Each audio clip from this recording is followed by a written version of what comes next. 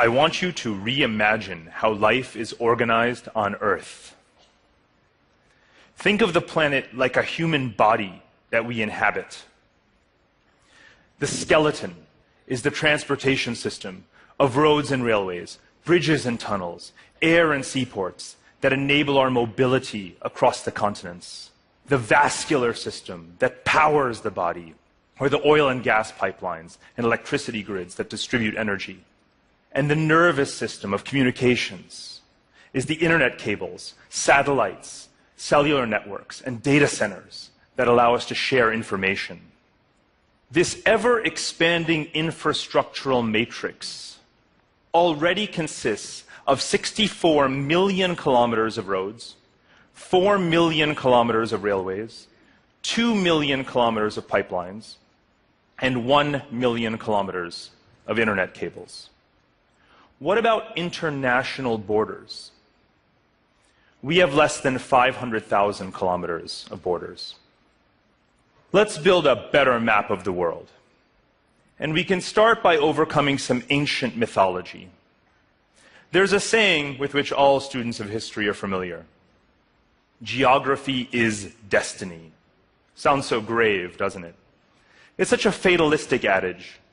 It tells us that landlocked countries are condemned to be poor, that small countries cannot escape their larger neighbors, that vast distances are insurmountable.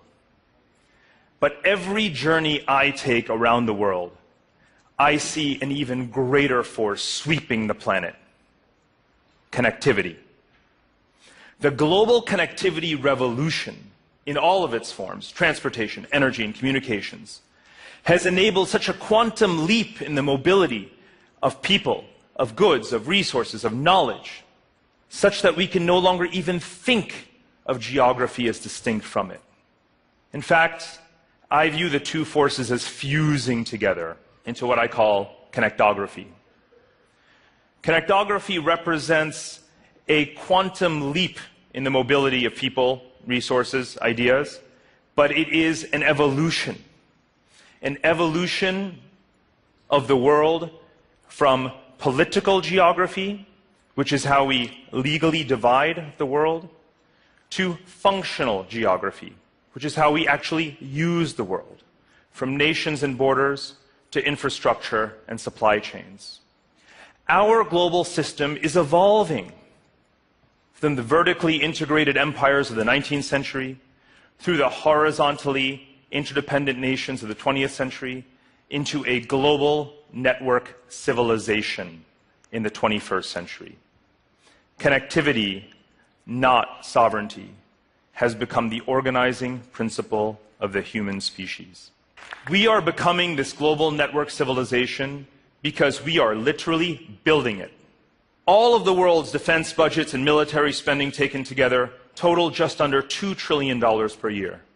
Meanwhile, our global infrastructure spending is projected to rise to $9 trillion per year within the coming decade. And well, it should. We have been living off an infrastructure stock meant for a world population of 3 billion, as our population has crossed 7 billion to 8 billion, and eventually 9 billion and more.